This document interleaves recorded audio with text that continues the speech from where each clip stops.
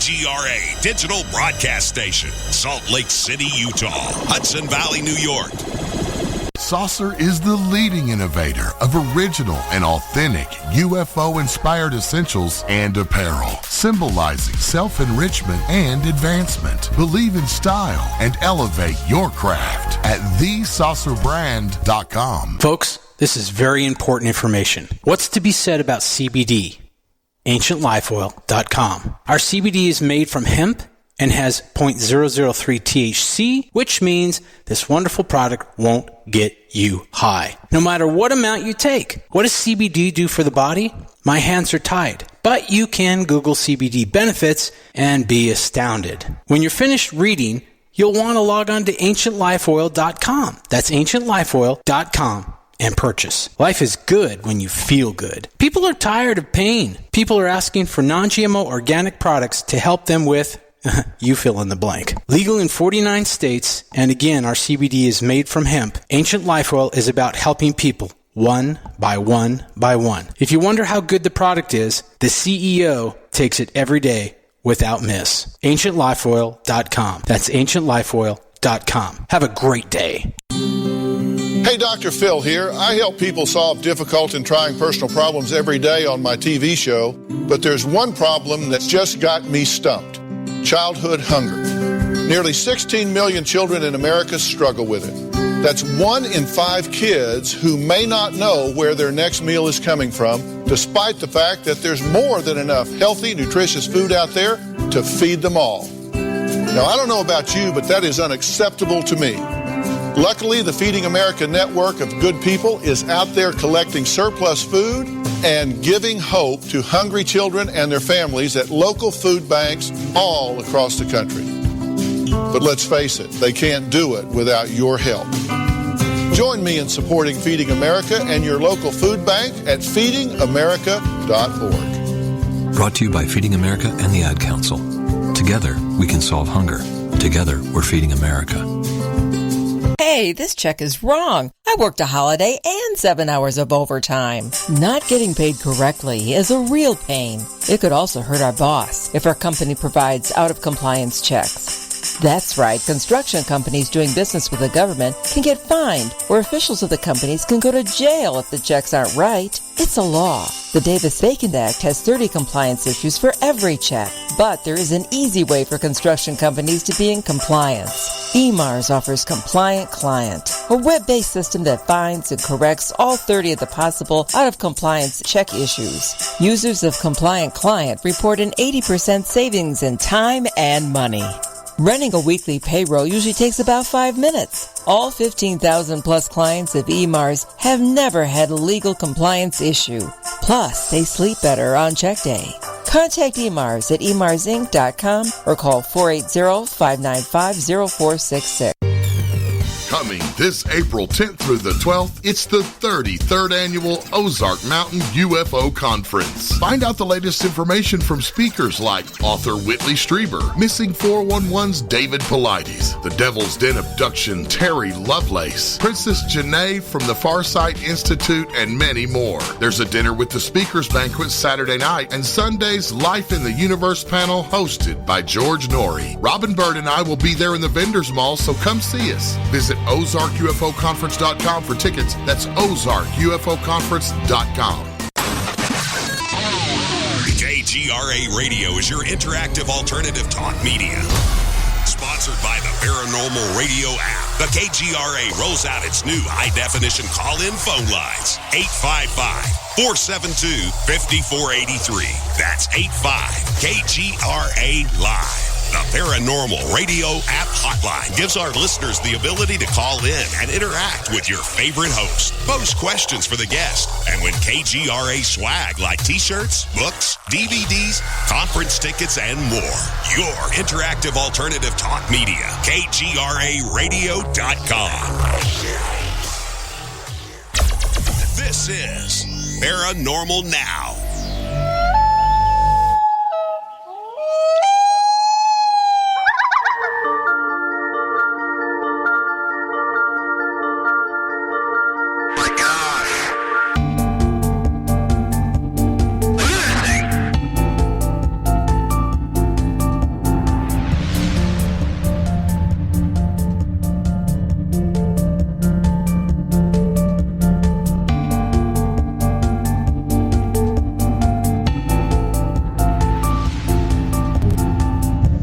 wherever you are and whenever you are. Welcome, good souls of the planet and beyond, to Paranormal Now. I'm Alan B. Smith. Join us as we traverse the cosmic highway of paranormal portals and tantalizing turnoffs.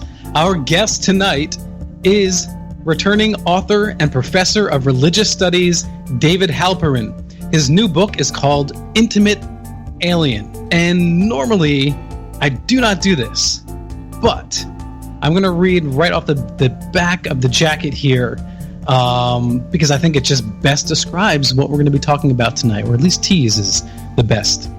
Well, UFOs are a myth, David J. Halperin says in his new book, forthcoming from Stanford University Press in March 2020. But myths are real. The power and fascination of the UFO has nothing to do with space travel or life on other planets. It's about us, our longings and terrors, especially the greatest terror of all, the end of our existence. End quote. Please share your thoughts and experiences with us during or after the show on Facebook.com/ParanormalNowRadio, on Twitter @Paranormal_now. And please do join us in the KGRA chat room where you can pose your questions, join the conversation, kgraradio.com. And if you could take a moment, please check out my sister channel, which is the Paranormal Pop channel on YouTube. Just go to youtube.com/paranormalpop, hit subscribe, like, share, comment. My dream goal, maybe it was a little bit bigger than I thought, but hey, we're going to keep going for it. My goal is to reach 500 subscribers by the end of this June. So I'd really appreciate your support if you can go and like, subscribe, and share that. So thank you for doing that. The Paranormal Radio app lines are open tonight in the second hour. So wait for our cue to call in to the Paranormal Radio app hotline, and then that number will be 85-KGRA-LIVE. That's 855-472-5483. Call in. We'll get you on the air and ask away, because tonight will most definitely be a twist of a night, an interesting night, and perhaps quite challenging for some of us out there, because I don't know if you want to hear what David has to say, but I implore you to listen. And look, it's a really good book, Intimate Alien: The Hidden Story of the UFO. So when it's available, and I'll ask David, I don't know if there's early copies available yet, but when it's available, I do ask that you read it, because to be a responsible ufologist or have any sincere and serious interest in this topic, I think that we need to challenge ourselves. I'm not saying to believe in this, but hey, if nothing else, it's utterly fascinating. My guest tonight is David Halperin. From 1976 through 2000, David taught Jewish history in the Religious Studies Department at the University of North Carolina, Chapel Hill. Now retired from teaching, he lives in North Carolina with his wife, Rose. He's the author of 5 nonfiction books on Jewish mysticism and messianism. Coming-of-age novel, Journal of a UFO Investigator, which we talked about last time he was on the show. And now his new book, Intimate Alien: The Hidden Story of the UFO. David, welcome back. I am delighted to be here, Alan. Thank you so much for having me. Yes, me too. And I'm excited to my first time doing a show, because I'm staring at a computer the entire night, right? And I'm checking the phone and the comments and the computer. And I finally bought these blue light blocking glasses, and they have been a wonder. And I'm really excited that now, but I'll be staring at the screen for 2 hours, I won't end the night with a little bit of a headache, which tends to happen. So I'm excited for that. I'm excited for you. Tell us, Dave, what are we getting into tonight? Okay, what are we getting into? Yep. Let me start out by saying that in the dispute between the UFO believers and the UFO skeptics, the skeptics are right about the less important thing. UFOs do not exist as physical entities. The believers are right about the more important issue, that there is something immensely important about UFOs that demands our attention. And demand it did to you, you responded. Let's go back just to give everybody who are not familiar with you a sense of your brief history and foray into ufology when you were a child. Well, it was brief in a sense, but in a sense it's lasted almost 60 years. As it does, right? Yeah, because I still consider myself a ufologist. Yeah. Just because I approach UFOs from a different angle from the majority doesn't mean that I'm not someone who studies them seriously. Now, I first got into this when I was 12, going on 13. That a friend of mine and I decided we were going to write a paper for a science class, extra credit, on life on other planets.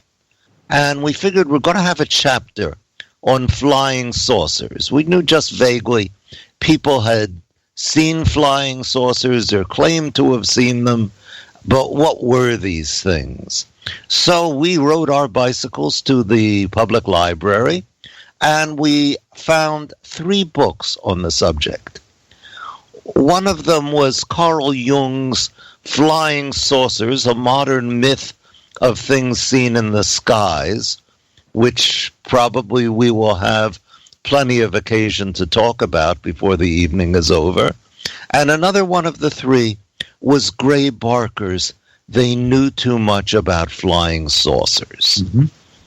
And I remember I took Gray Barker's book home, and I started reading it, and pretty soon I was so scared I wanted to hide under the bed.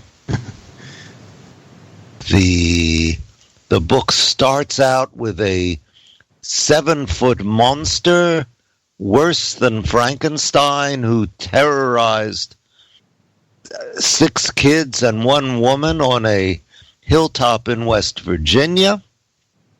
This is the event that we know as the Flatwoods Monster. Mm-hmm. It goes on to the utterly spooky Shaver mystery of the mid-1940s, and then goes on to what Barker calls the Bender mystery. Who were the 3 men in black who visited a Bridgeport, Connecticut researcher named Albert Bender and let him know that he had, number 1, discovered the truth about UFOs, and number 2, it was so terrifying that he must not speak of it, and they frightened him into silence. That was the story that Barker told, and I believed it. The inception of the Men in Black. Yeah. Now people are going to think, well, that's Men in Black. Everybody knows Men in Black. We've seen the movies. But the first Men in Black movie didn't come out until 1997, which was more than 40 years after Barker published his book. It was Barker who created the Men in Black. Or, okay, this is, or, I don't know quite how you'd say it, that in one sense he created the myth of the Men in Black, and in another sense he gave modern dress to a mythic theme that goes back for centuries. Right. And what's interesting is how all of this in your book ties into and overlaps with things that we're more familiar with, such as, Jacques Vallée, and that idea that the myth is something that lives with us. It just sort of incarnates in different ways. But for you personally, there was a transition because you used ufology as a way to deal with your home life. Your mother was sick, and very slowly, progressively weakening, and eventually she did pass. And you were using ufology as, would you say it's escapism, or how was it therapeutic for you? I used the myth of Perseus and Medusa. That Medusa has a face so terrifying that anyone who looks at it is turned to stone. Mm-hmm. But if you look at her in a mirror, you survive and you can, like Perseus, defeat her. Uh-huh. My mother's death was the Gorgon Medusa. She was still alive, but I knew that her death was coming. Mm-hmm. UFOs were the mirror that I used to face it. Right. It's not quite... In a way, it's an escape, but in a way, it's a symbolic grappling with a reality that nobody in my family could talk about openly, because you'd turn to stone if you talked about it. Yeah. So when your mother did eventually pass away, then you just lost your enthusiasm innately, right? Without even consciously thinking of it, in a pursuit of ufology. Yeah, good. Yeah, the passion drained out of it. Right. But the paradox is this, that I became, in college, I devoted myself to studying classical and Semitic languages. I was particularly interested in religion, and I found myself gravitating to what? Ezekiel's vision of the wheels, religious traditions of heavenly ascensions and otherworldly journeys. Right. So we have, and it was only many years afterward that I could look back on that and say, yeah, this is ufology.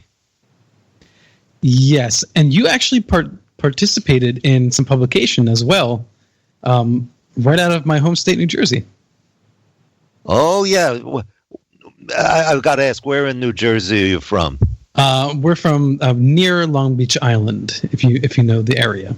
No, I don't. It's about 40 minutes north of Atlantic City. Okay, that I can relate to. Yeah, I didn't live in New Jersey. I actually lived across the river in Pennsylvania. But when I was in 10th grade, I joined a group operating out of Kendall Park, New Jersey. Mm-hmm. It was the New Jersey Association on Aerial Phenomena. And when the director retired to go to college, as so many of us teen ufologists did, I took over the NJAAP. And later published one of your bulletins, right? In, I think, was it Fate magazine or? No, I mean the bulletins were utter. I don't think hardly anybody read them. We had a subscriber list of, I think, about 20 or 25, but Ray Palmer picked up an article from one of them for his Flying Saucers magazine. That's right. Okay.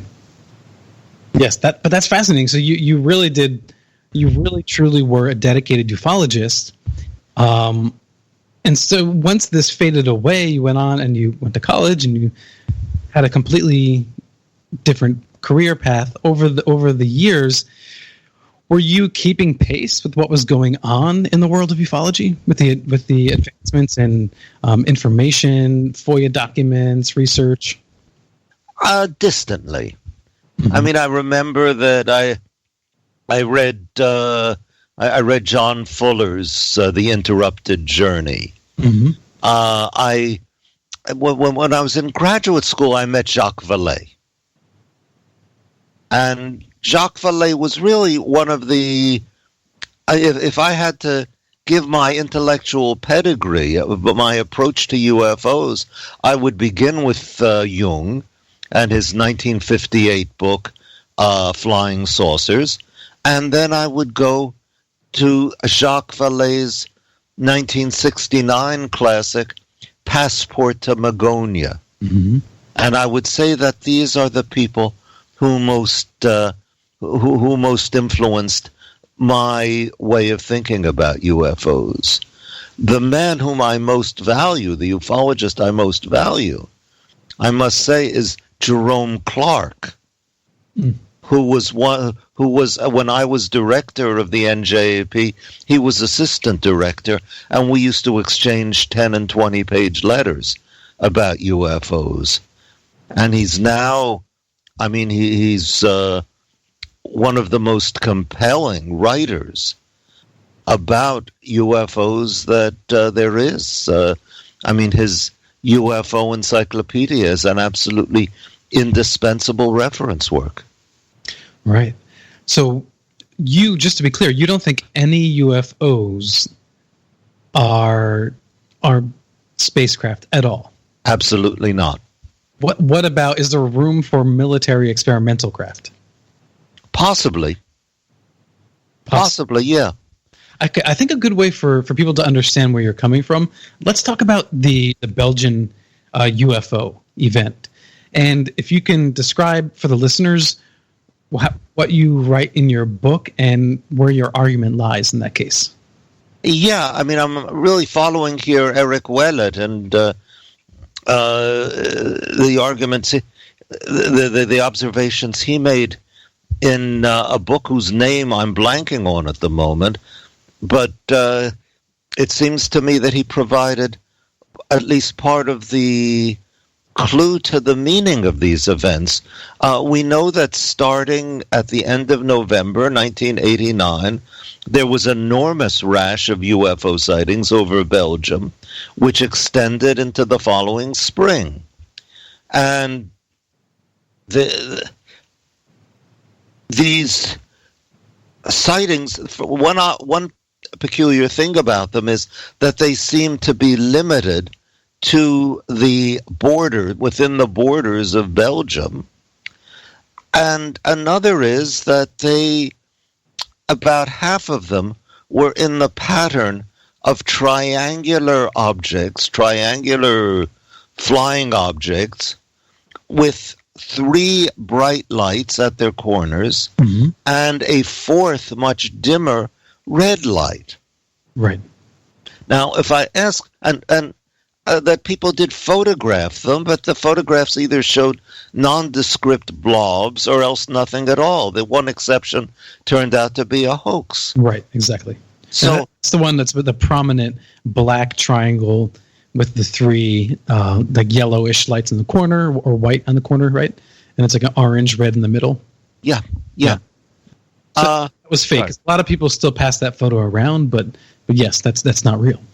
But it has the virtue of conveying what was the standard UFO of the Belgian wave. Now, if I'm going to suppose that the people who saw the UFO did not see an object that was objectively there to be photographed. I also suppose that they saw something which was completely real to them. And how this can be is something we need to explore a bit more. And if I ask what conditioned that object, what conditioned, and I'll use the biblical word for it, the visions that they had of these objects, one answer would be given by Jung, that these would be classic examples of the quaternity, which is a pattern which, according to Jung, archetypal patterns are something that's part of our psychic wiring as human beings, that are the kind of categories into which we classify what we experience. And one of these patterns is the quaternity, which is a foursome in which one is somehow different from the other 3. And we can talk a bit more about quaternities as a religion in religious traditions. I'd actually like to. I set some examples in the book. Can you talk about that? Yeah, okay. I would like to, but let me finish my thought about the Belgian wave first. That on the one hand, it looks like these are classic Jungian quaternities. On the other hand, Eric Wellett called attention to a very specific historical symbolism, that November 1989 was not exactly an uneventful time in European history. On the 9th of November, the Berlin Wall came down. And in the weeks that followed, it became fairly clear that we were watching what would have been until then unthinkable, which was the crumbling of communism in Western Europe, mostly without violence. Now remember, the red star is a symbol of communism. The white star is a symbol of NATO, which was at the time and still is headquartered in Brussels. Hence the Belgian connection. So that people were seeing in the sky a symbolic representation of what they felt to be true all around them. So symbols can be keys into our psyche, right? Yeah, and the perceptions these people had were absolutely accurate. So if you ask me, were the Belgian UFOs real? I would say, yeah, they were real. They were not physical objects that could be photographed, but they were real representations, psychic representations of real events. Right, which brings us often into the classic skeptical frame of mind, which is, well, then it's just some sort of mass hysteria. But how do you address that? Well, first of all, I don't know what mass hysteria means. I mean, what it seems to do is attach a pejorative label to a phenomenon that is well documented, that you have multiple witness sightings of things that cannot possibly be. Right. I mean, the example that I gave in the book is the miracle of the sun at Fatima in October 1917, where, according to some estimates, 70,000 people saw the sun fall to the earth. The sun can't fall to the earth. It cannot. It cannot possibly do that, yet these people saw it do it. So something happened. Something, yes. But again, you have a collective of people seeing, perhaps not describing the exact same thing, but very similar overlaps in description, in movement, then how does one explain what's happening inside the human mind, or minds, as it were? Ah, I wish I knew. But Jung addresses this, though, does he not? I think he points the finger to it, but he doesn't really explain it. He doesn't explain how it can be. So you're saying then, right, that there is a mystery that all you're pointing to is another mystery, essentially. You're looking at the evidence and saying there's something else going on here. I just don't know what it is yet. Yeah, and I do not find UFOs any less intriguing or mysterious as a purely human phenomenon, right, than as spacecraft. Because do we understand what it is to be a human being? I don't think we do. Well, absolutely, and of course, that could be an argument applied to anything, because there's so much we don't know about the brain. There's so much we don't know about the mind, or biology in general. So the nature of the universe. So we can always sort of leave the door open for something else, right? For speculation, but at the same time, you can leave the door open for doubt as well.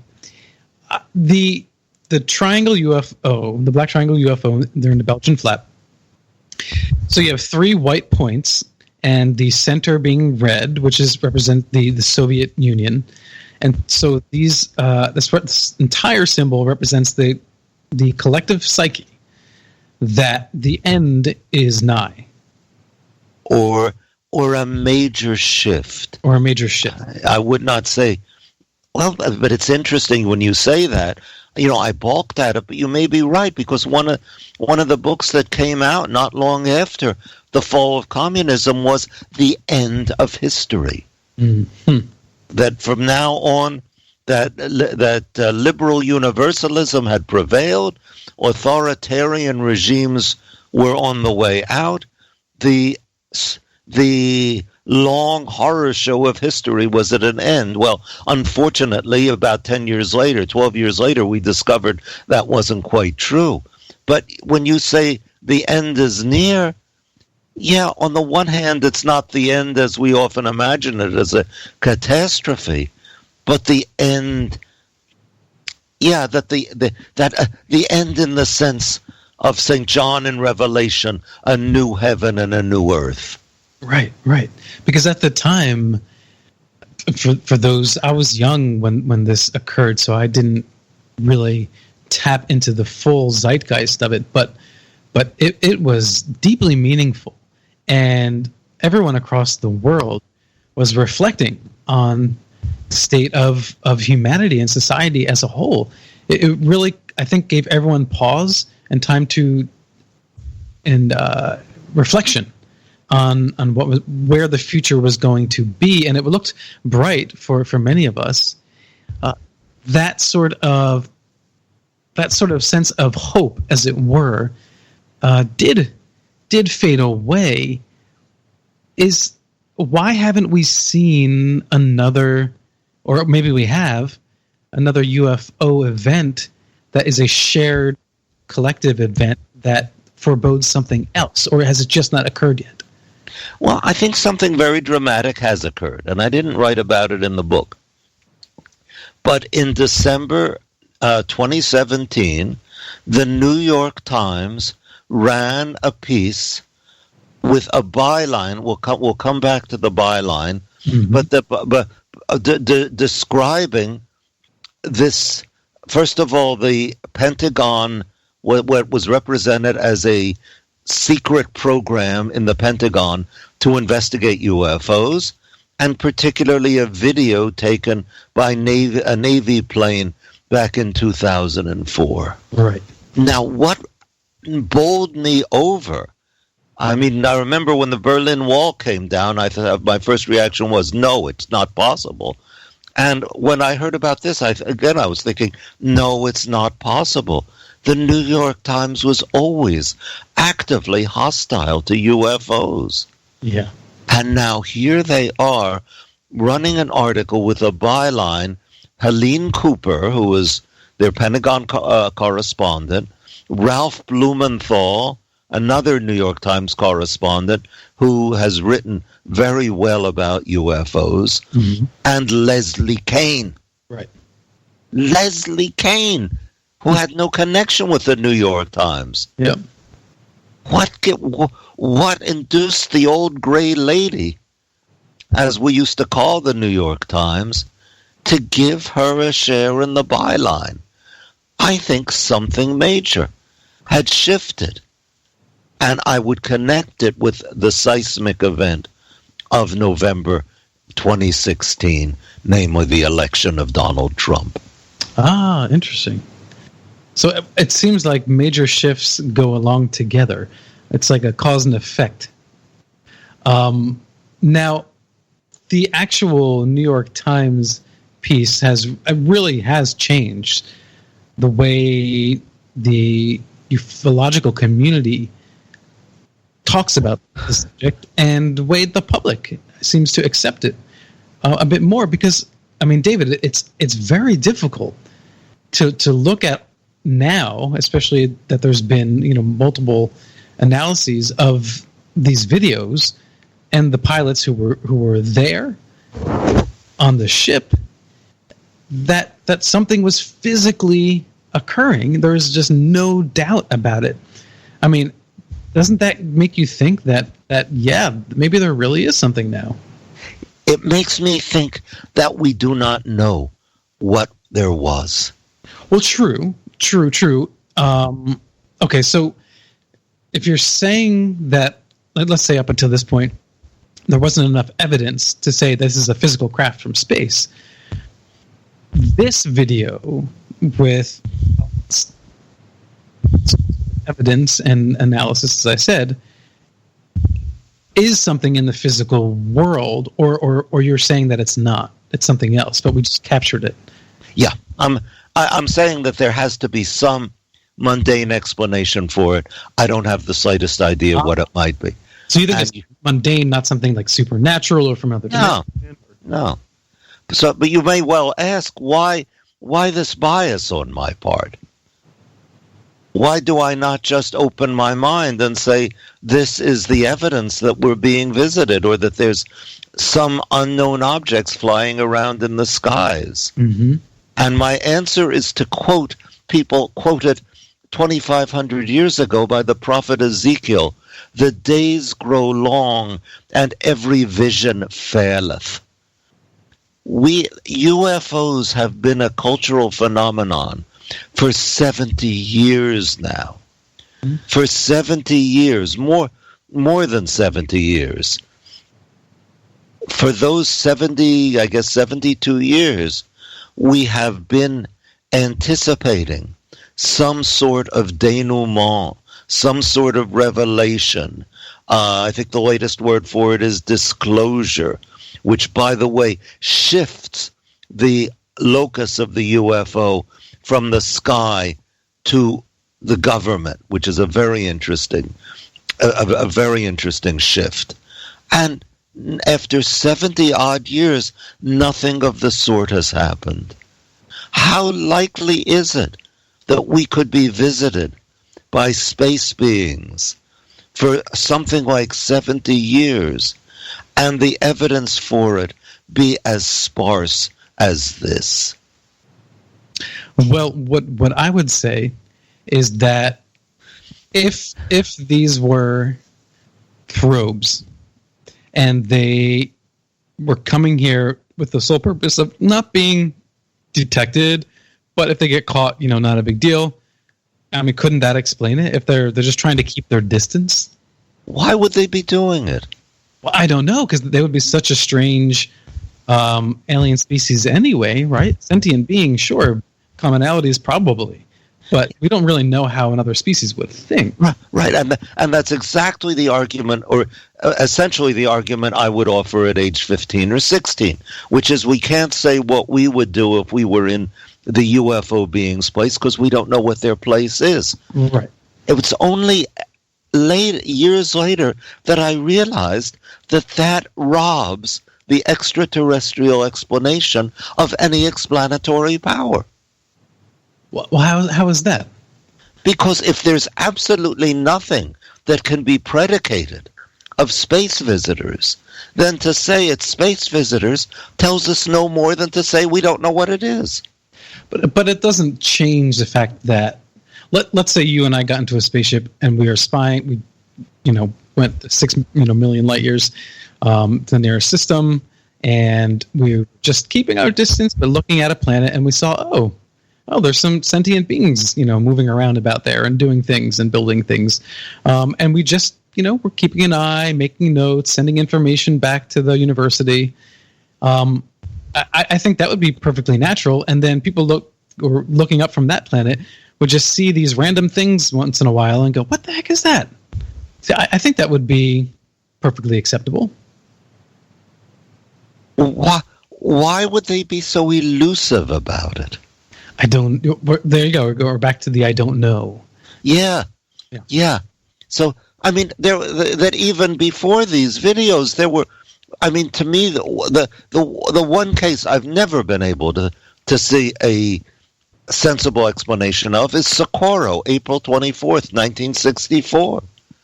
A New Mexico lawman named Lonnie Zamora sees an egg-shaped object resting on the ground. Mm-hmm. It leaves 4 imprints on the ground, one of which is distinct from the other 3.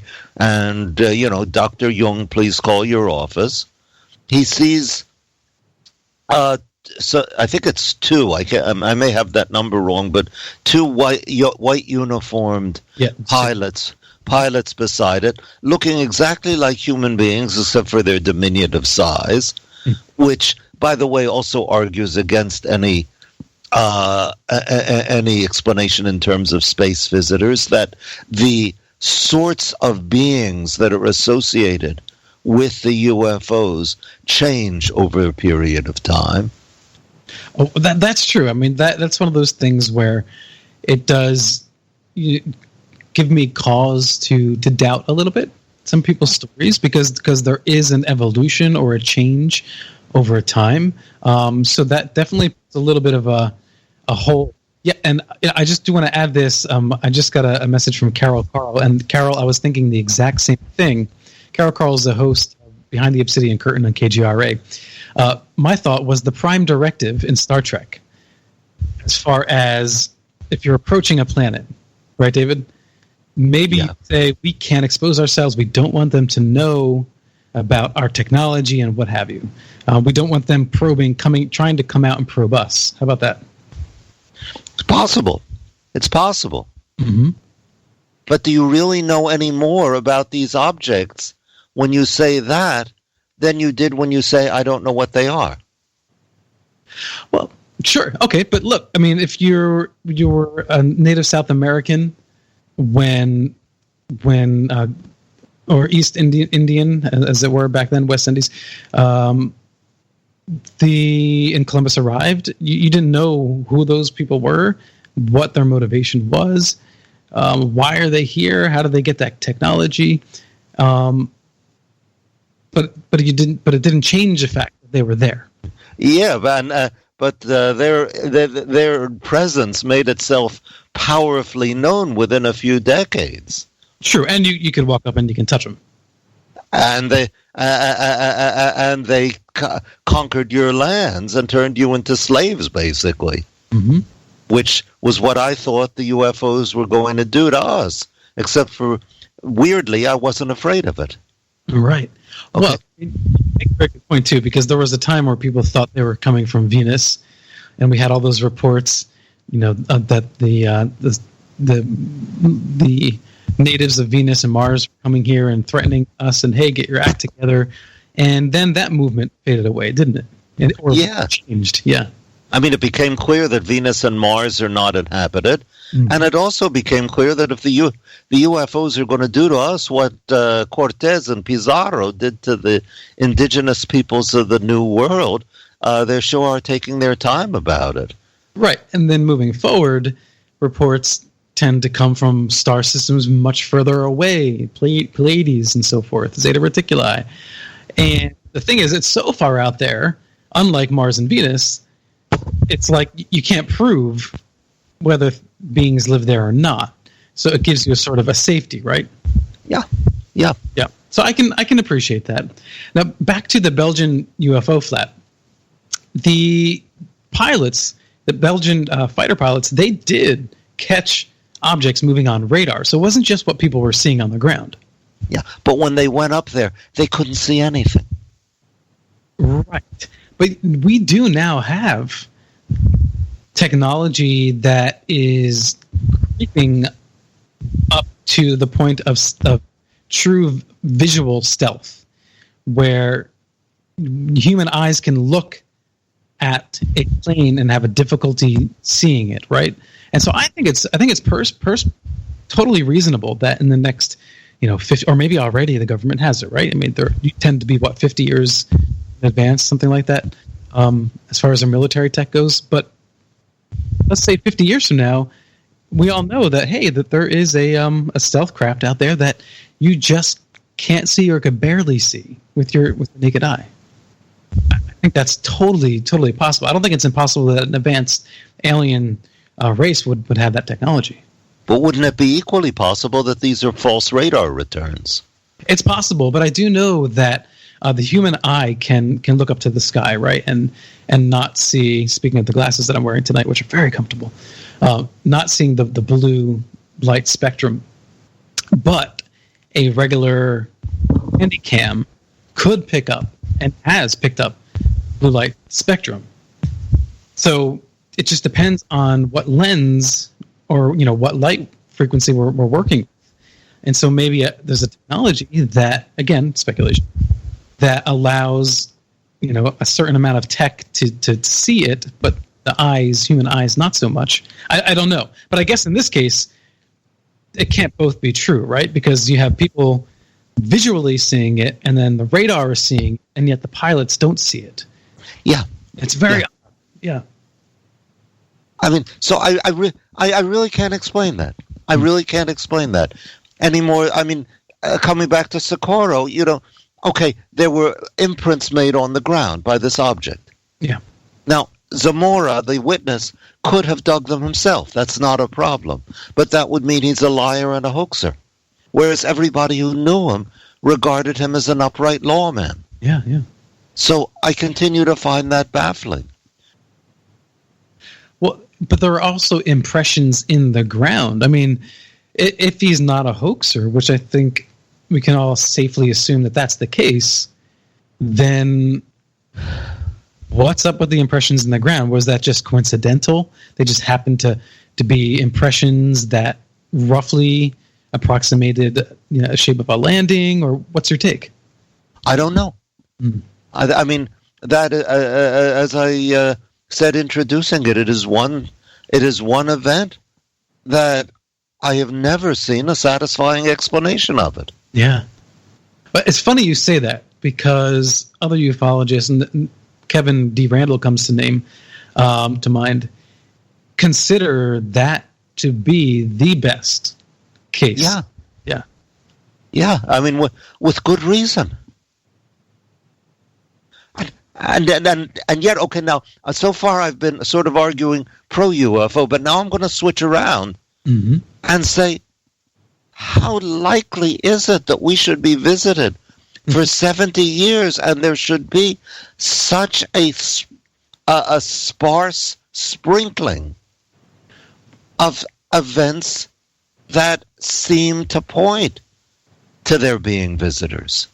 Yeah, I get what you're saying, but there are other people out there like Michio Kaku who think, hey, you know what? We could be being visited right now and not even know it. And there are scientists that now more than ever seem to be willing to entertain that possibility. And so it seems to me if an increasing number of astrophysicists and quantum physicists, are saying, hey, you know what? This could be a thing. That gives me hope that maybe there is life outside of the planet Earth. What? I'm gonna turn the question back on you. Yep. Why does that give you hope that there's life outside the planet? As soon as I said hope, you're going to do that. Yeah. Okay. Because heck, I'm a religious studies person. Yeah. And hope is what we deal with. Exactly, and we'll get more into that too. So yes, and I was actually going to bring this up with you a little bit later, but I guess we can dip into it now. So for the reason I say hope is because not truly in that messianic desire that the aliens are going to come down and save us, but that sometimes when we have something that's bigger than ourselves, that's when humans kind of coalesce and come together and work together better. And I think and I think that's a legitimate hope. I think, hey, not in a spiritual way, but just in a practical way, like maybe if there are aliens out there, that'll help, get us on track. Amen. Do you think that would occur? I don't have any idea. Yeah. But I do think that one of the functions of UFOs is to bind us together. I mean, and here I'm going to invoke Dr. Jung again, that the mandala is a symbol of integration and of the reconciliation of irreconcilable opposites. Mm-hmm. Now, aerodynamically, it doesn't seem to me that flying discs make much sense, but psychologically, they make wonderful sense. Right. Now, your magic binds together that which custom has strictly divided. Now, and I think it is true, I don't know, I'm guessing, But if a number of people come to believe in UFOs visiting this Earth, not as gods, but literally extraterrestrials, physical beings, that they might actually distance themselves from the religion, or more specifically, not their spirituality, but the dogma of their religion, the institutions, the absolutisms of those systems. And so do you think that the massive growth of interest in UFOs, ancient aliens as it were, is contributing to the shrinking of people who follow religious institutions, such as, Catholicism or what have you? I kind of doubt it. I kind of think that shrinking is something I would think that's caused, at least in part, by our turning to science as the answer to everything, which I suspect UFOs are in part also a protest against. So it's sort of a paradoxical rationalism? Unpack that a bit for me. Yeah, meaning, and because I feel this myself, there's a rational part of my mind that reads certain things in Scripture and go, that doesn't make sense at all. It has to be interpretive, or it completely contradicts some other thing, and my rational mind says this doesn't work, and yet I'm very open-minded, right, to many of the UFO events, abductions that have occurred, and we'll talk about abductions on the other side of the hour. So it's like I know that I'm keeping an open mind. Sometimes I'm very rational, and I look at something and I say that makes absolutely no sense, and other times I'm going, I'm open to that. Let's give that a go. Yeah, I think we need the transcendent. Is that what that is? I think so. Oh. That's how I'd take it. All right. So the quadrilateral symbol, I think for those who are listening, we've got 6 minutes to the next break. So if you can give us historical context outside of the Belgian event to help people understand the history behind this. Okay, well, Jung, he was himself a minister's son, and he went to the Bible for a lot of this. And he opened the book of Ezekiel. And what does Ezekiel see? He sees 4 living creatures, each of which have 4 faces. Yeah. The face of a man, an ox, a lion, and an eagle. In other words, 3 and 1. The 3 animal faces and the 1 eagle face. John in Revelation turns that into 4 separate creatures, one of whom looks like a man, one of whom looks like an ox, one of whom looks like a lion, and one of whom looks like an eagle. The Gospels, which the early church saw as being prefigured in Ezekiel's vision, are the 3 synoptic Gospels plus the Gospel of John. And to the early church, there were 4 Gospels because there had to be 4 Gospels. 4 was the appropriate number. And this 4 was the 3 and 1. And Jung saw that as a prime example of the quaternity. The one Gospel of John being different, right, in its story. It stood out. It didn't match the other 3. Right. Yeah. I mean, you could put Matthew, Mark, and Luke, you could put in parallel columns. And there's differences. Each one has material that the other one doesn't have. Right. But they're clearly the same narrative. John is somewhere out there. And just how it relates to the other 3 remains enigmatic. To Jung, this was a parade example of the quaternity. And then he turned to ask, what about the Christian Trinity? And he said, this is a mutilated quaternity. And that is the great flaw of Christianity, that it has razored out the fourth person of the Trinity. Right. Now, who was that fourth person? Jung waffled on that sometimes the fourth person was Mary. Okay, so that this was suppressing the feminine.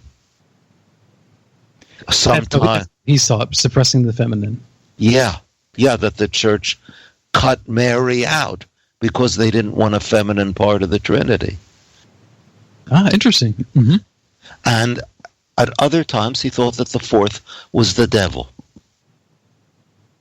And that this was Christianity's great error, to declare that God was purely good and merciful. That there was a dark shadow side of God that Christianity refused to recognize. Well, that's interesting, because so many other religions, there is an embrace, right, of balance, of good and evil, and the yin and the yang, and that it's all in one. It's all part of the universe.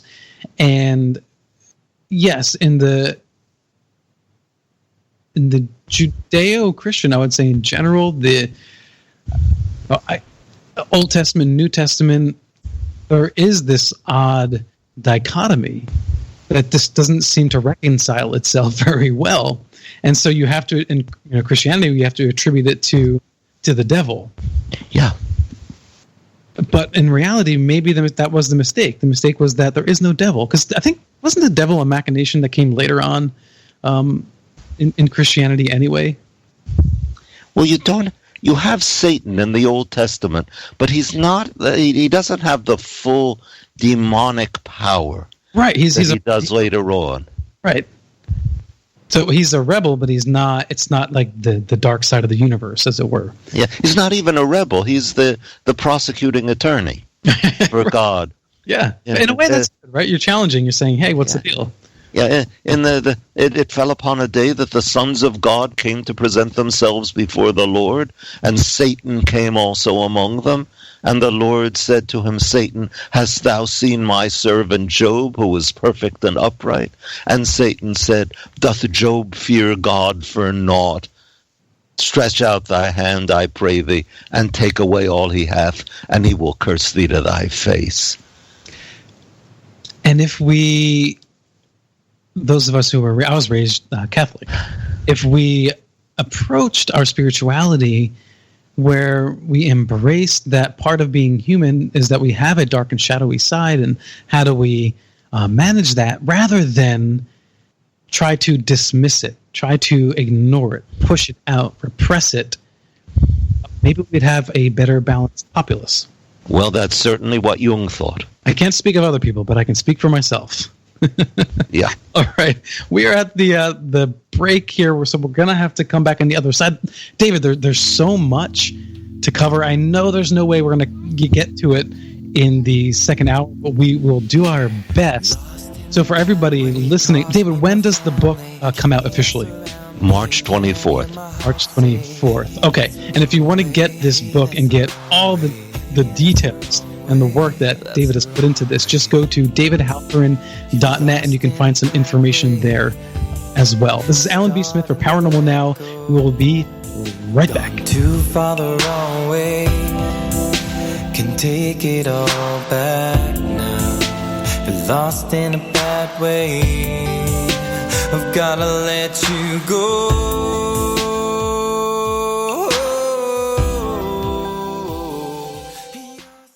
For years, the KGRA digital broadcast station has been your contact for live UFO paranormal talk radio worldwide, bringing you the top names in research and investigations 7 nights a week. Our listeners connect to the KGRA on various platforms like TalkStream Live, TuneIn, Spreaker, iTunes, iHeartRadio, and many more. Now, you can stream your favorite paranormal talk radio shows with our new fully integrated custom KGRA mobile apps for Android and iPhones. Listen to your favorite paranormal talk shows from any mobile device 24/7, free with smartphone or tablet. Utilize custom features to access news, show pages, archives, contests, events, and live interactive chat rooms. Set show notification alerts and never miss your favorite live programs. All free and available to download in Google Play or the iTunes App Store.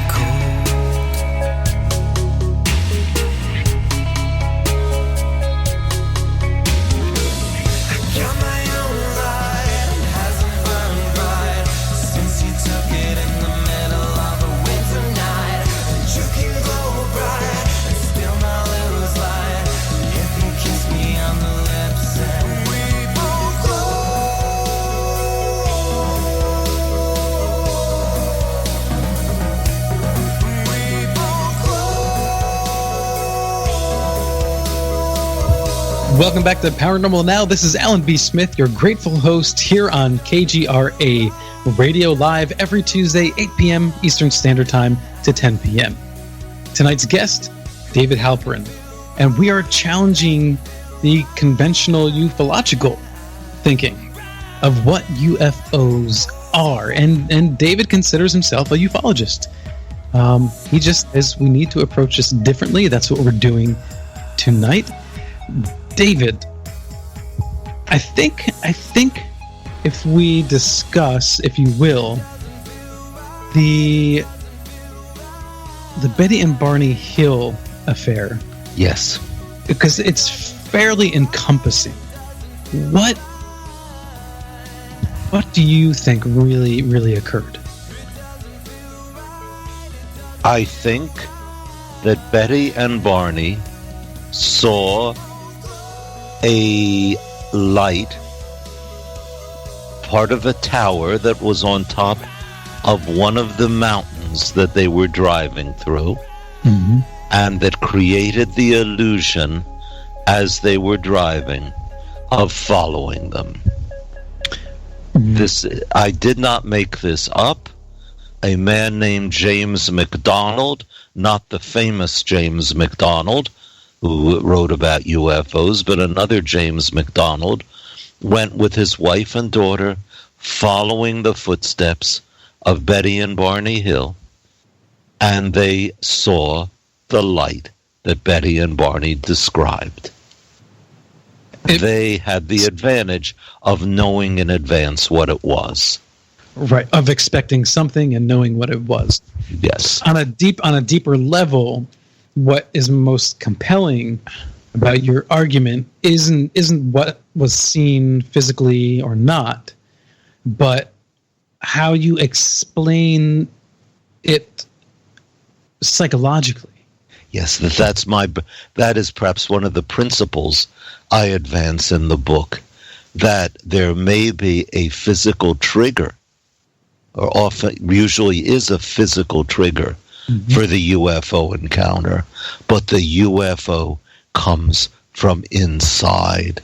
And in this case, I think it came from the deep historical inside of Barney Hill, from his ancestors' experience of being abducted in the middle of the night and taken to an alien ship. And Betty also had an experience as well. She did see things in their conscious memory. Something happened. They both had the shared experience before any hypnotic regression or dreams occurred. Yes, they did. So how do two people have a deep-seated... you know what? Why don't we discuss very quickly as we go through this? What I think the term was a deep memory. I don't know if I use that phrase, but I would be comfortable with it. Okay, so let's explain what could have been happening to both Betty and Barney as far as deep memory or the where this is coming from emotionally and psychologically? Yeah. I mean, I think most of your listeners know that Barney was black, Betty was white, and that this was a time, when they had their initial UFO encounter, 1961, this was a time in which civil rights were hardly even respectable, that hardly more than 6 years before they took their drive, a black teenager named Emmett Till was lynched in Mississippi for supposedly making suggestive gestures, I think, or expressions of his face to a white woman. So I think that this couple represented a fusion, a reconciliation of the slave and the slave owner, the perpetrator of the ancestral crime, which, in my opinion, is a crime that shaped who we are as a people. But it happened so long ago. The origins of the slave history. That how can that possibly manifest in both of them? Okay. Now, I could say it's a mystery, but I can criticize you for saying it's a mystery what the UFO beings' intentions are, so I can't really get away with that myself, can I? Well, I mean, right. But there are analogs. We know pretty well that the experiences of Holocaust survivors are transmitted to their children, not by what you'd think would be the way, the narrative, but through the actions of the survivors who have incorporated the trauma of the death camps. Mm-hmm. They recreate the experiences of the death camps for their children. What also appears is that if you bring together the children and grandchildren of Holocaust survivors and of Nazis, that the interaction of the two has a therapeutic effect on both. The children of the survivors carry with them the trauma. The children of the perpetrators carry with them the guilt. And they're able to come to some sort of reconciliation. Now, we're talking here 1 or 2 generations. Right. If we're talking about African slavery being transmitted, we have to suppose that process can continue over multiple generations. Well, there are, and I think some people get upset when they hear this so long, much later in history now, that the trauma could possibly still be living in African Americans today. How is that possible? Life is so much better. It's been so long, better for some. But what you're saying is that on the unconscious level, are there behaviors and triggers that they're not even aware of that are passed down? Yeah, I think so. I mean, I think our society is bedeviled by race. So even if you think you are in a good place, there could be these unconscious stirrings, subconscious stirrings. I think so. And I think Betty and Barney Hill together, the offspring of the slaver and the offspring of the slave, created, not deliberately, absolutely not deliberately, but that they fashioned a myth in which the trauma of being abducted comes to expression. Yeah. They introduced it into the society. It stayed dormant, and this I find utterly fascinating, for about a generation. And then in the late 80s, the 90s, it burst into fantastic bloom. Right.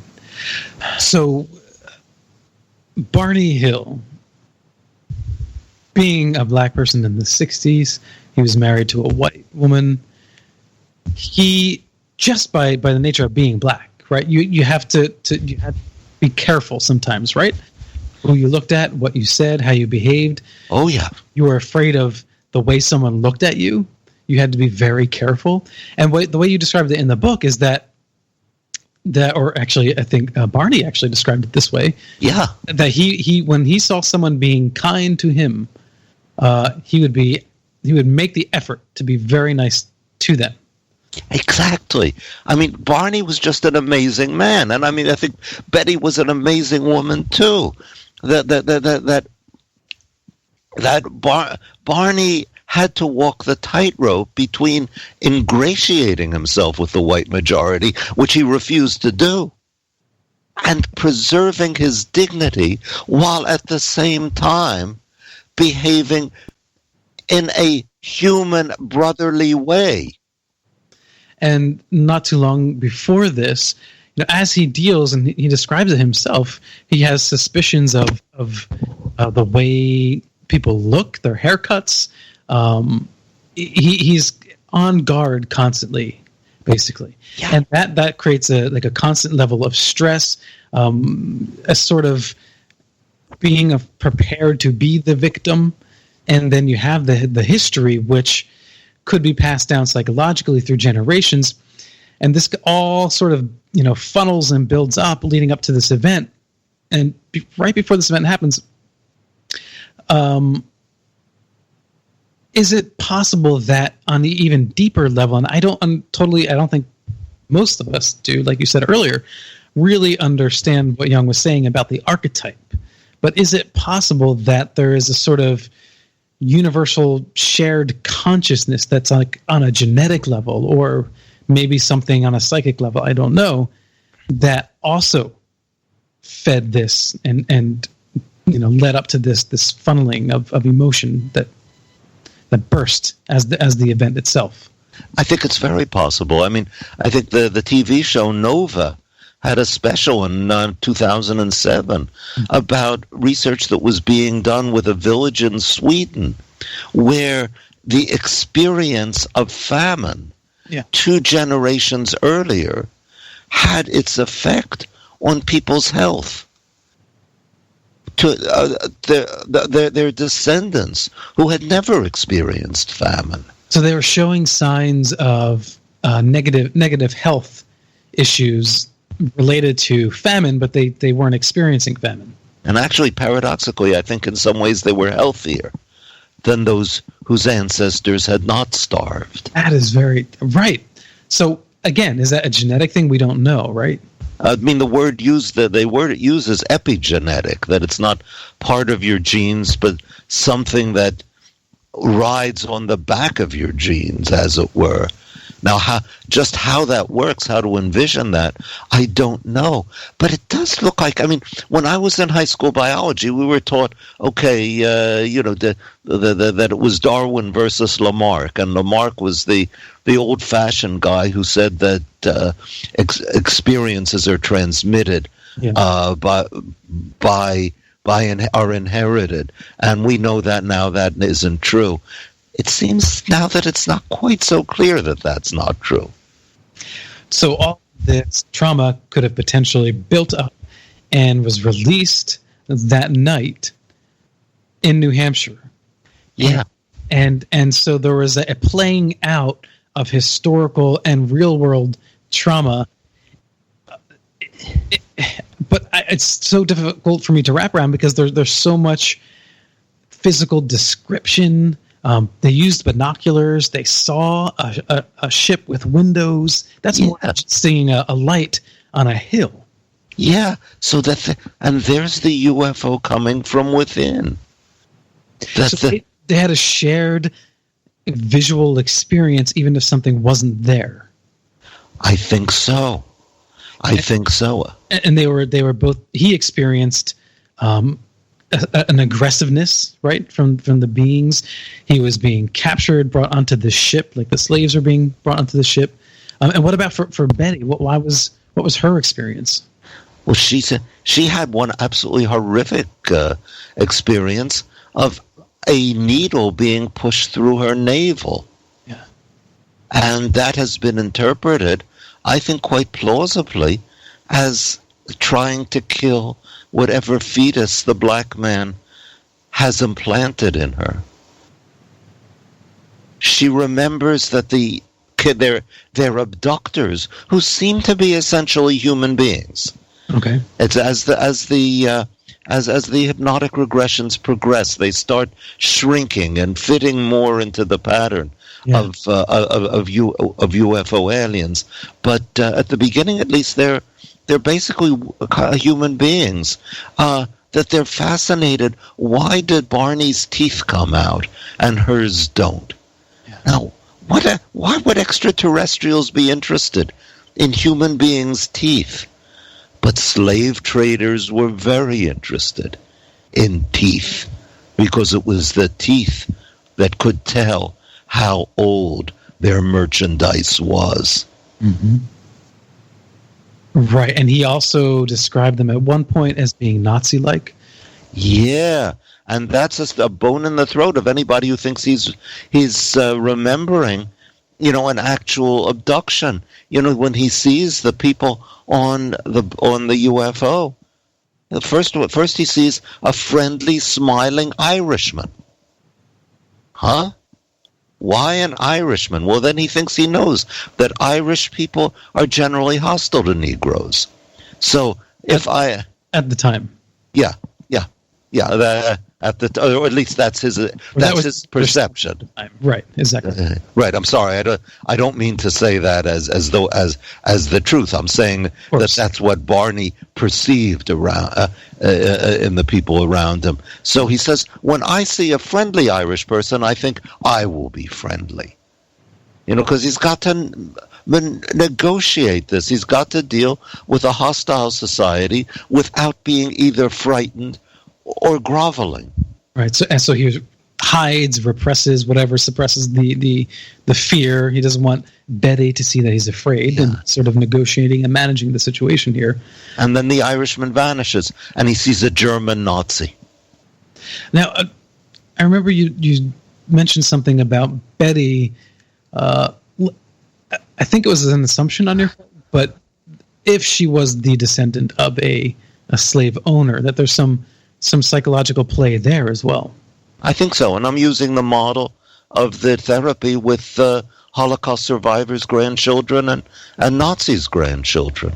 Mm-hmm. That to come to some sort of dealing with a massive historical crime like the Holocaust or like African slavery, it's a paradoxical way of saying it, but the perpetrators and the victims collude in it. They're partners.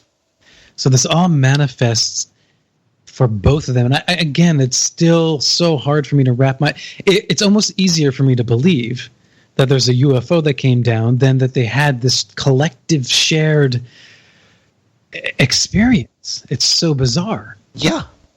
The UFO doesn't become any less strange if you give this kind of interpretation to it. And I think it becomes about 10 times more interesting.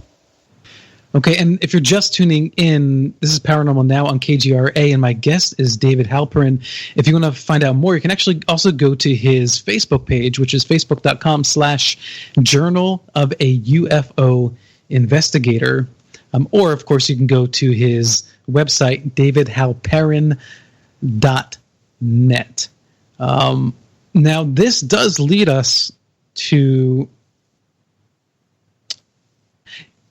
before we get to the 80s, because and communion, that's a whole other thing. Oh, yeah, communion. Let's talk about how we can interpret symbols and the shapes of UFO and how that can instruct us on what the actual event is. So there was an image in your book that I posted on our Facebook page, Paranormal Now Radio, and it is from Philadelphia, January 15th, 1970. Oh, yeah. And it was drawn by Matthew Graber. Tell us about that incident and what your interpretation of that UFO was. Okay. 4 people observe a UFO, perhaps significantly, over Byberry. Okay. Which was Byberry part of your consciousness in the part of New Jersey where you grew up? Absolutely not. Because in ours it was, that we would make fun of each other in junior high school. They ought to send you to Byberry. No, I didn't get that expression. It was a mental hospital.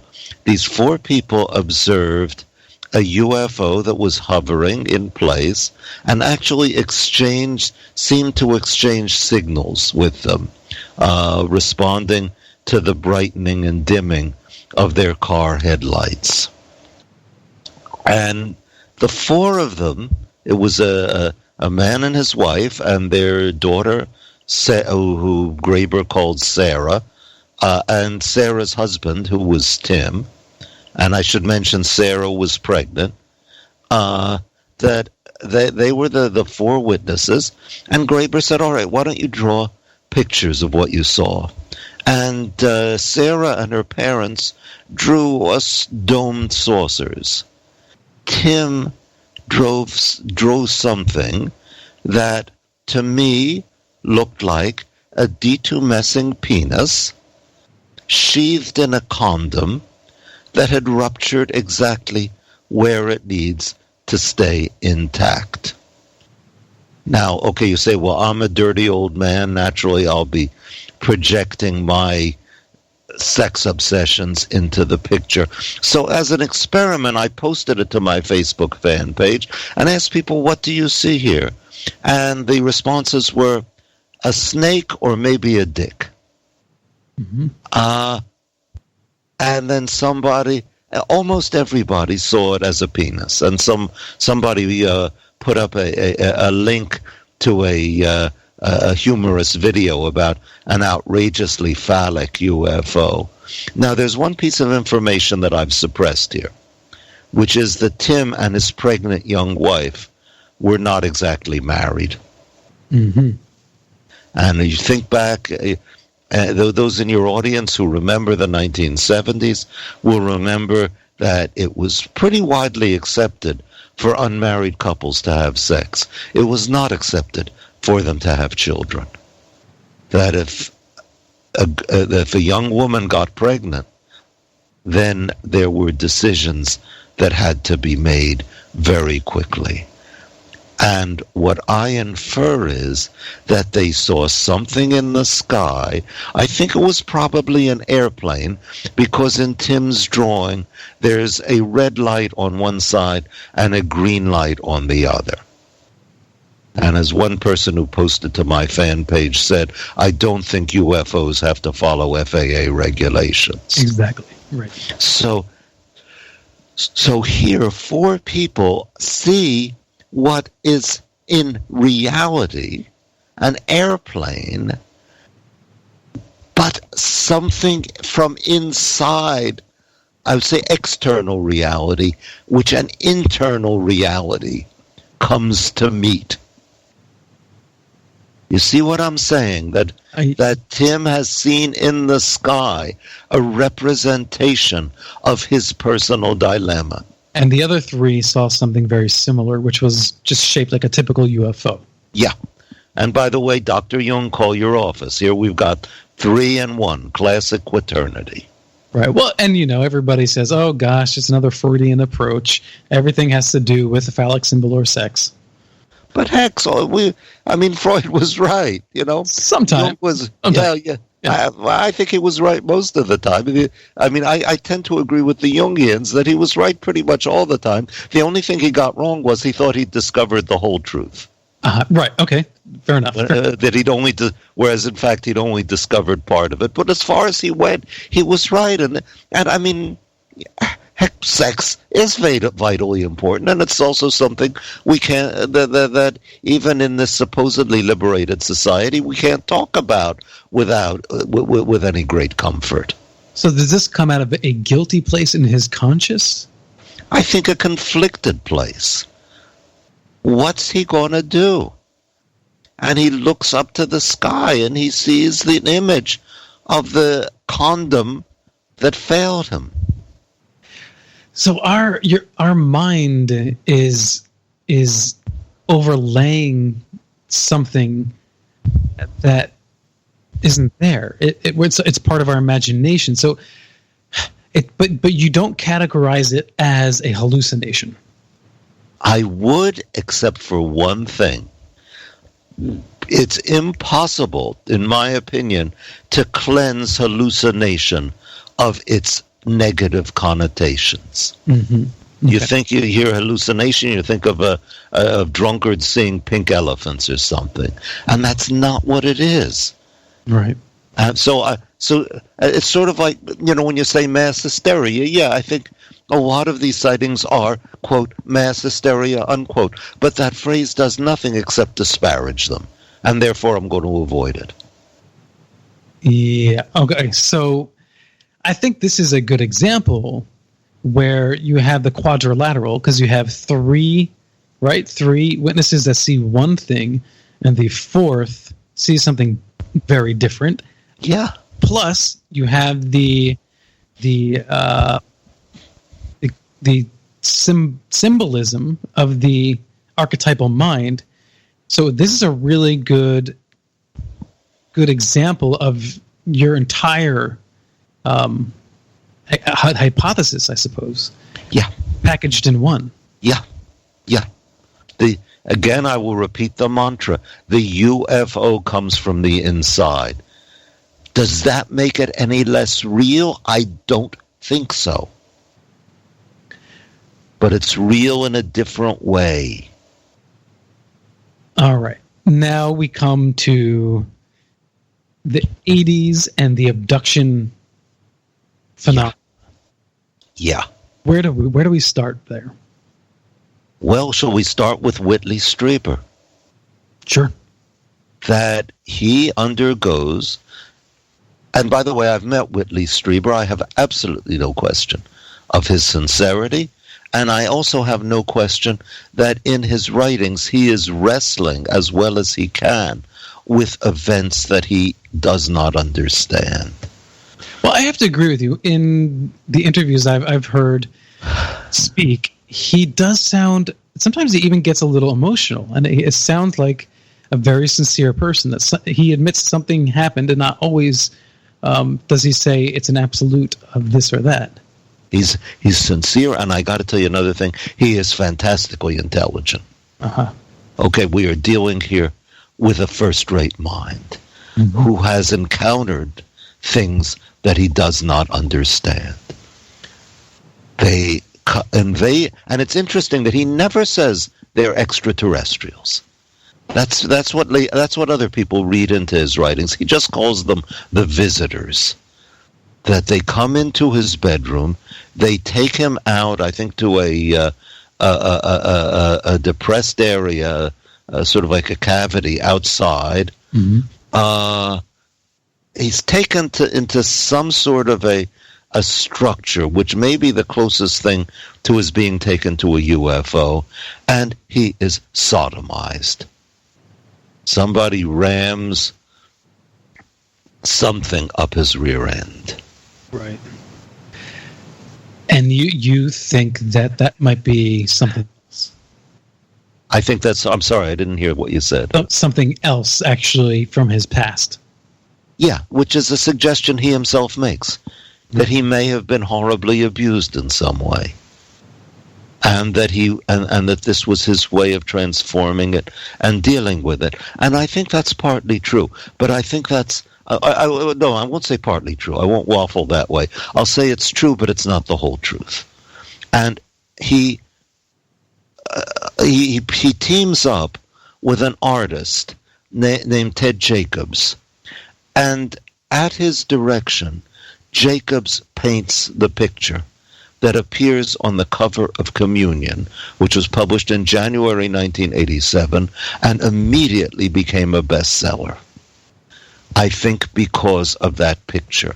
And that picture is the alien face that is now staring at me from the KGRA logo. Yes. Yeah, that we did not, this is hard to wrap the mind around. That face was unknown until January 1987. If you look, say, at Patrick Weig's collection of depictions of UFO pilots, there's never anything like that. And although most people refuse to recognize it, the aliens in Close Encounters of the Third Kind don't look like that.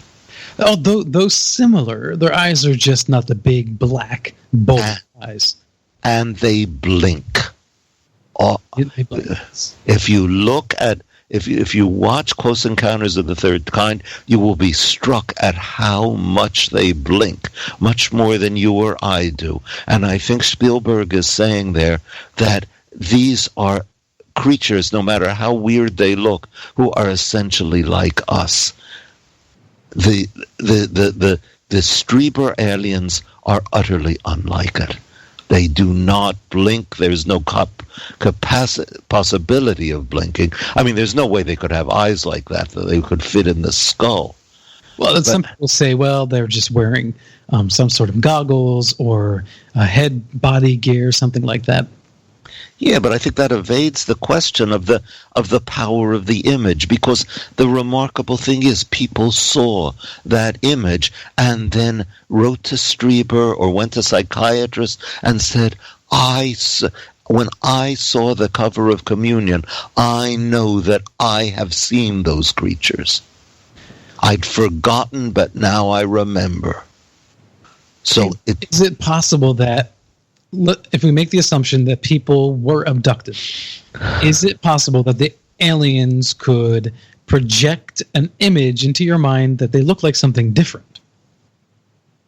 Yeah, I don't see why not. But and people see this image and go, "That's what it really was. That's the thing, not a Nazi, not a redheaded person or what have you, right?" But would you consider the possibility of running it another way, to say that that face is somehow part of our inner experience?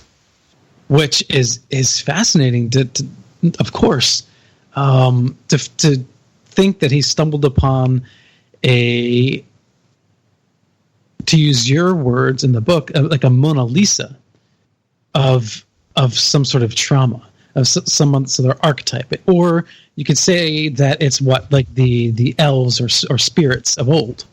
Yeah, look. But I have a friend. His name is Mark Bregman, who was I've known him for more than 40 years, and for a time he was teaching at UNC Greensboro, and I gave a talk there on UFOs where I showed a PowerPoint. I'll still use the old word slide of the face on the cover of Communion. A year and a half later, Mark was reading a book by Maria Gimbutas on the art of the prehistoric Balkans. And he said, "That's the face that you showed us." This was a year and a half later. And sure enough, there is a face that comes from prehistoric Kosovo. It's sculpted, I think, in clay, that looks not exactly like the face on Communion, but similar enough that Mark, a year and a half later, would be struck by the resemblance. Right, and well, there are several images, cave paintings in Africa that have beings that look like that as well. Insectoid-like beings here in North America. So there are certain very strong similarities, and so people use that, right? They say, "Aha! Whitley cracked the code. He figured out what these things are, or rather, what this entity or entities looks like." And it's been seen throughout the centuries. They've been visiting us for all this time. Okay, But there's one problem with that. Well, there's many problems in my opinion, but the one that jumps out here is that mask that Gimbutas published occurs in part of a series that of the art of this prehistoric culture, and it's an integral part of the series. It's not an alien interloper. So what I would believe, what I feel myself compelled to believe, is that this is something that we, as part of our shared unconscious as human beings, and that when the unconscious looks into the darkness, this is the face that it sees looking back. And Strieber brought that out of his unconscious into the late 20th century world. Mm-hmm. And tens of thousands, I don't exaggerate, tens of thousands of people saw that and said, I recognize it, which is why more than 30 years later, we're still looking at it as I am at this moment in the KGRA logo. We are opening the phone lines for your questions for David Halperin. The Paranormal Radio app phone line is 85-KGRA live. That's 85-KGRA live. Call in. We'll get you lined up and we'll get you on the air. So, David, could you at least entertain the possibility that there could be, maybe you don't like the term, but there could be something akin to an Akashic record for humans, a sort of shared memory that transcends just what's passed down through reproduction? To unpack that a little bit more, I don't know the phrase Akashic record. It's a sort of, it borders on, well, I guess it is sort of metaphysical, right?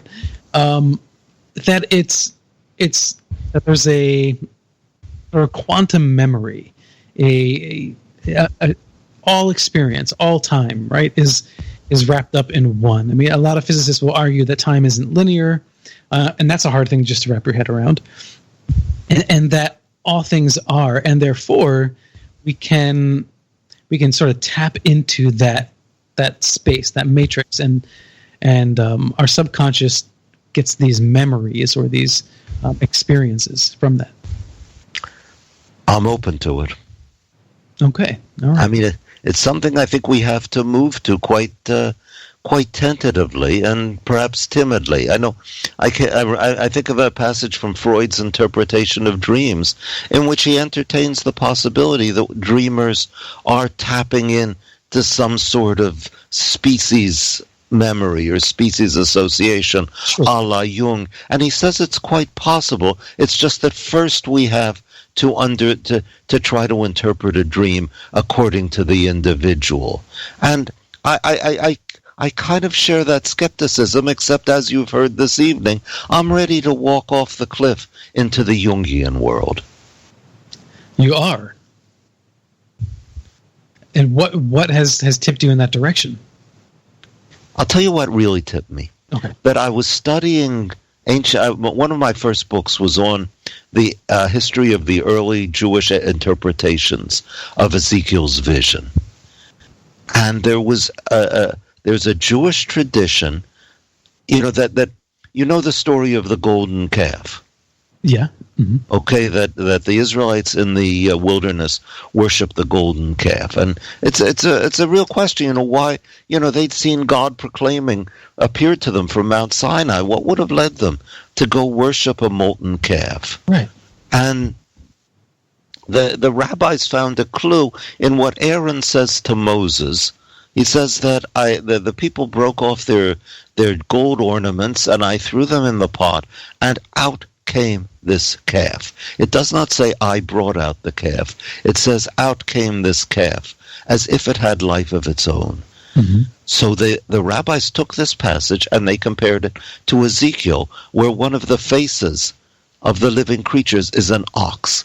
And they said that what Aaron and the Israelites did was break the ox out of its quaternity, and I'm using the Jung word, the rabbis didn't use this word, mm-hmm, out of its quaternity, and it became a demonic entity by itself.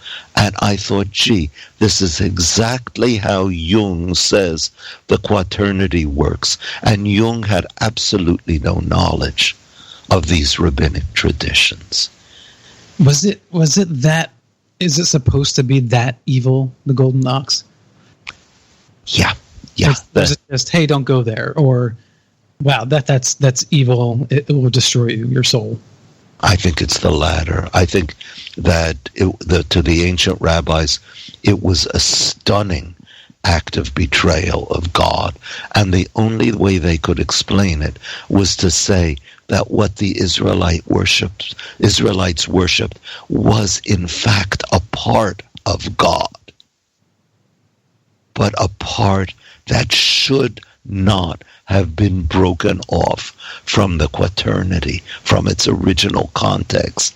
And that, to me, was just what Jung was saying about the Christian Trinity being a mutilated quaternity, with Satan exiled and therefore made poisonous.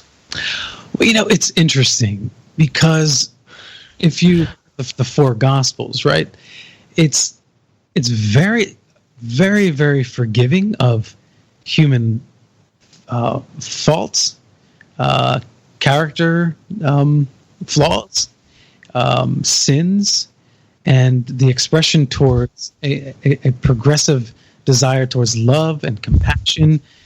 And Paul's a little bit different, so won't go into Paul necessarily, but four Gospels seem to feel like it's saying that it's trying to re-embrace that other thing, right?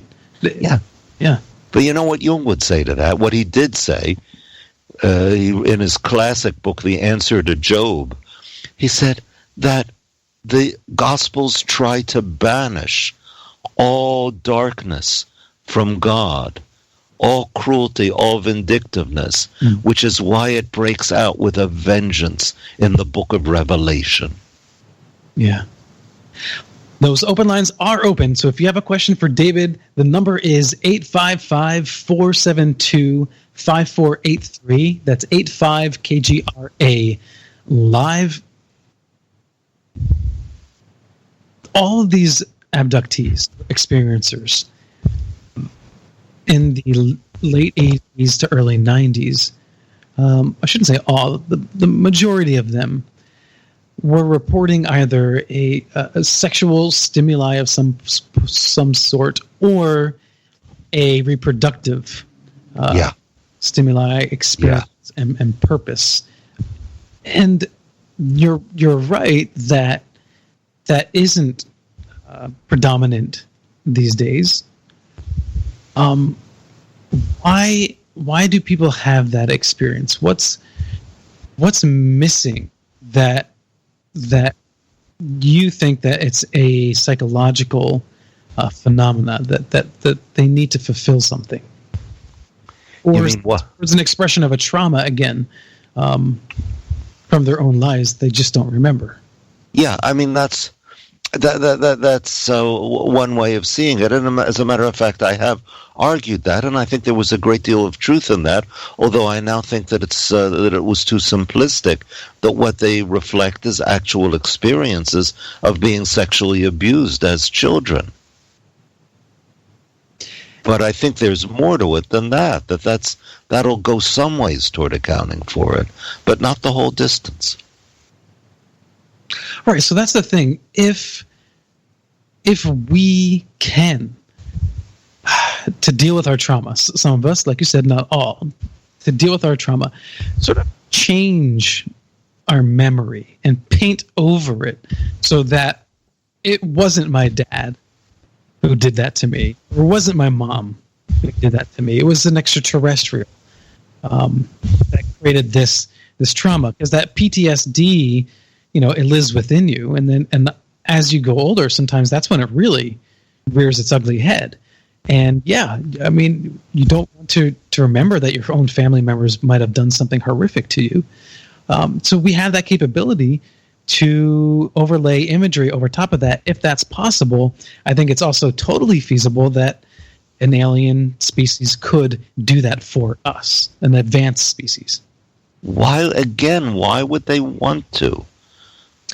To disguise their true purpose or who they really are. I don't know. Yeah. You're right. It's totally speculation. Yeah, which and I can't blame you for that. I can't point the finger because I do enough speculating myself. But I do think that when you interpret this in terms of humans and human motivations, you come up with a more satisfying story. Maybe that at bottom, that's what the advantage I see in my approach, that we have a more satisfying story, a more intelligible story, a story that's grounded in the mysteries that we know to be real, that namely those inside our skulls. Okay, now here I have to ask you this before we run out of time. The Roswell event, which is it's beyond the gold standard. It is meaningful. It is transcendent. And you don't think anything exciting or extraterrestrial really happened? And am I right that you think that the 1948 Aztec story was not only fabricated but became a part of the Roswell story, and those two things merged and became a new legend? Yeah, I'm not sure. You give a pretty detailed, concrete description of how that happened. I'm not sure that I would go all the way. I do think that the story of the Aztec crash was a spin-off of some sort of awareness that was better represented later on by the Roswell story. Okay, I know that Roswell happened before 1948, but the story didn't. It's not at all clear when what seems to me the crucial part of Roswell, the alien corpses, enter the narrative. What we know is that I think it was July 8th, 1947, the Roswell Army Airfield proudly announced they'd retrieved a flying disc, and then later on that same day, their higher-ups in Fort Worth said, "Oh no, it's just a weather balloon." And then the story was forgotten. Roswell is so famous today that it's hard to remember how utterly obscure it was from 1947 to 1978. Yes, obscure, but that doesn't mean that it didn't happen, because people do remember, right? I mean, people can report something from decades ago, and even if their memory is not perfect, it doesn't mean that they're lying or that they're fabricating a truth. No, and as a matter of fact, I argued in the book that even some of the most fantastic Roswell witnesses, even, by the way, one whom most ufologists just dismiss totally, were reporting something that was real. But they didn't. They got it significantly distorted, and they dated it wrongly. And you do admit that there are problems with Project Mogul explanation. I think I'm very sympathetic to the Project Mogul explanation, but there are really serious problems that UFO skeptics tend to simply ignore. Yeah. So in the original reports, we don't find anything about alien bodies. No. In Frank Scully's publication, is that where you think it was rooted from? No, I think, and there's nothing original about this, that I think I'm following an Air Force captain named James McAndrew, who advanced what I think is an extremely powerful argument that the Roswell stories, or many of the experiences reported by Roswell witnesses, were triggered by actual experiments in which human-like dummies were shot up to the stratosphere, then brought down with equipment and retrieved by the Air Force. These experiments happened in the 1950s, but I think the transfer of them back to 1947 is a psychological phenomenon that you can parallel quite convincingly, and I have no problem with that. So one remembers, and they're sort of blending the two things together. So I think so. You work on a military base, and you're in the desert at the time in New Mexico. You're around for both of these events, and 2-3 decades later, they become one. Or you see, and I wouldn't say they work in a military base. The witnesses were not in the military, but they see. So let me go back a step. What McAndrew noticed, which was really brilliant, I think, is that even in the most fantastic of the Roswell stories, they managed to incorporate accurate descriptions of Air Force retrieval techniques, which makes no sense if people are simply making this stuff up. Yeah. They have to have been reporting something that they actually saw and experienced, and yet which they distorted almost beyond recognition. Though McAndrew finds some extremely, I find, persuasive clues. Like one of the Roswell witnesses, the one whom most ufologists dismiss as a total fraud, he says that when I approached them, he says that they gave off this weird chill. And McAndrew says, look, if you were making up a hoax, you wouldn't invent that detail. Yeah. But if what you're describing is something that has just been up at the stratosphere, of course it's going to be icy cold. But when I say witnesses in the military, if you take Jesse Marcel, he collected some of this debris, right? In 47. So he could have, when he spoke to Stanton Friedman later on in the 70s, told his story, but it ended Project Mogul or even any other testing. Are you saying that that's possible? That what's possible? I seem to have that Jesse Marcel could have took different events and merged them into one memory of a single event. I don't think so, because Marcel never claimed to have seen bodies. Okay. What he claimed, he was charged with flying the debris, which, according to the official announcement, was a landed disc, not crashed, by the way, but landed. Mm-hmm. That he was charged with flying that out to Fort Worth, and this was on the afternoon of Tuesday, July 8th.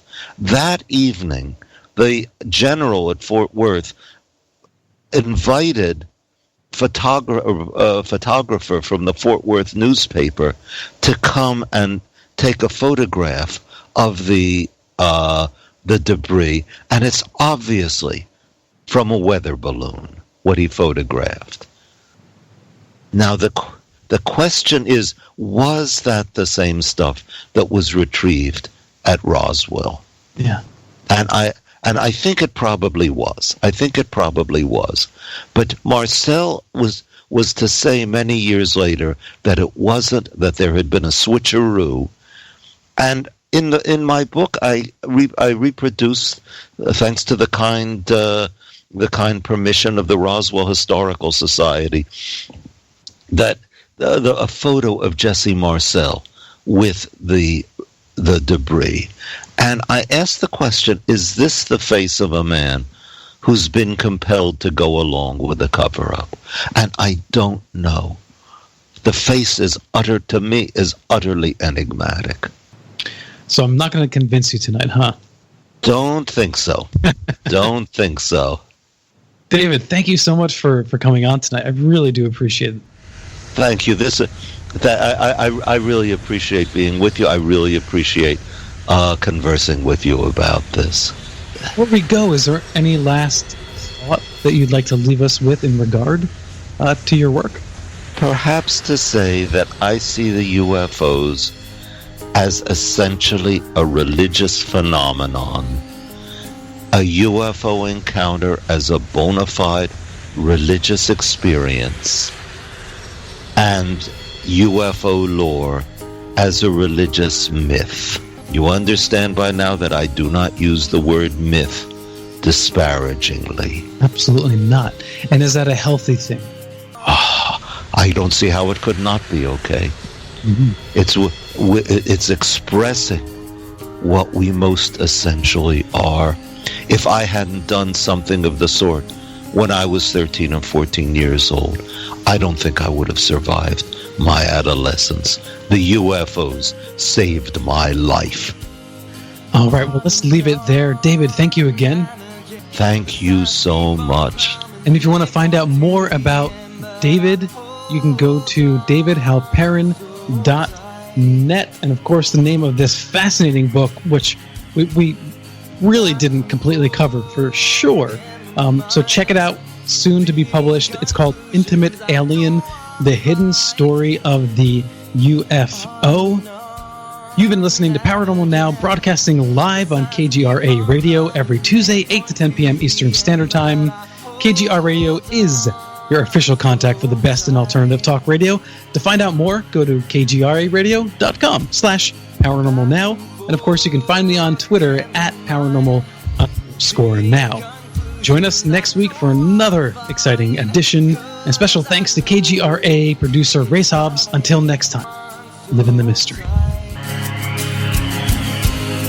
Back and forth in my mind, repeating conclusions I don't wanna find, 'cause I know it's not right.